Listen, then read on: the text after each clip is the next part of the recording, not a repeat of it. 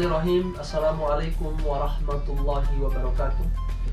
Berjumpa lagi dengan saya Muhammad Basyar SH, peserta pelatihan dasar calon pegawai negeri sipil pemerintah Kabupaten Pangkajene dan Kepulauan Provinsi Sulawesi Selatan dengan NDH nomor urut 11. Kali ini kita akan merefleksi pembelajaran analisis isu-isu kontemporer. Sebelum kita melangkah lebih jauh terkait dengan pembelajaran ini, pertama kami akan menyampaikan tujuan daripada pembelajaran tersebut, yakni tujuan pembelajaran adalah para peserta CPNS ini diharapkan mampu memahami konsepsi perubahan dan perubahan lingkungan strategis melalui isu-isu strategis kontemporer sebagai wawasan strategis ASN dengan menyadari pentingnya modal insani dan menunjukkan kemampuan berpikir kritis dalam menghadapi perubahan lingkungan strategis dalam menjalankan tugas jabatan sebagai ASN profesional pelayan masyarakat.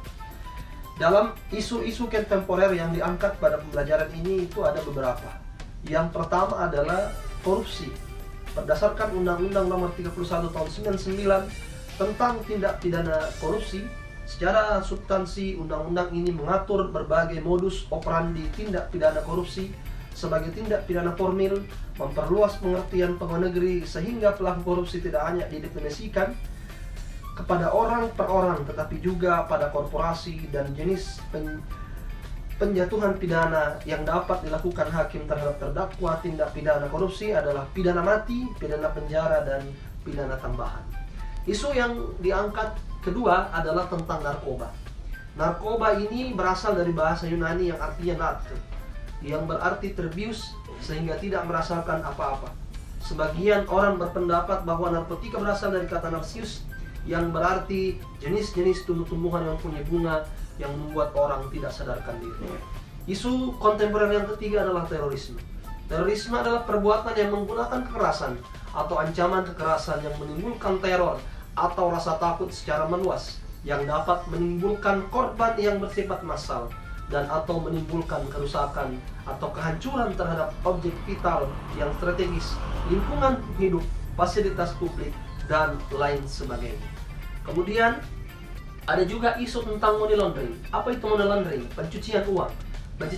Pencucian uang ini secara sederhana adalah upaya menyembunyikan atau menyamarkan uang atau dana yang diperoleh dari suatu aksi kejahatan atau hasil tindak pidana sehingga seolah-olah harta yang diperoleh adalah kekayaan yang sah.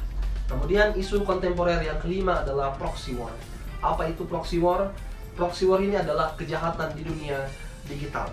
Proxy war ini adalah istilah yang merujuk pada konflik di antara dua negara, di mana negara tersebut tidak serta-merta terlibat langsung dalam peperangan karena melibatkan proksi internet ataupun kaki tangan.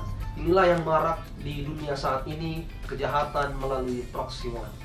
Termasuk juga terkait dengan pembelajaran isu-isu kontemporer atau analisis isu-isu kontemporer, kita diajarkan bagaimana menganalisis sebuah isu. Isu ini terbagi atas tiga. Yang pertama adalah isu saat ini, kemudian ada emerging isu, isu yang berkembang, dan yang terakhir adalah isu potensial.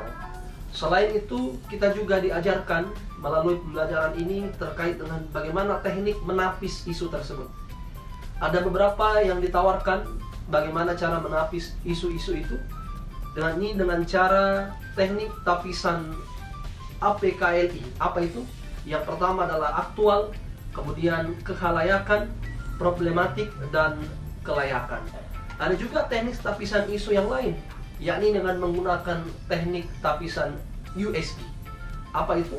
USG singkatan dari urgency, kemudian seriousness, bagaimana seberapa serius isu itu, dan yang terakhir adalah growth. Artinya, seberapa besar kemungkinan memburuknya isu tersebut jika tidak ditangani segera. Kira-kira beginilah refleksi pembelajaran tentang analisis isu-isu kontemporer. Mudah-mudahan ada manfaatnya. Mohon maaf atas segala kekurangan. Wabillahi taufik wal hidayah. Wassalamualaikum warahmatullahi wabarakatuh.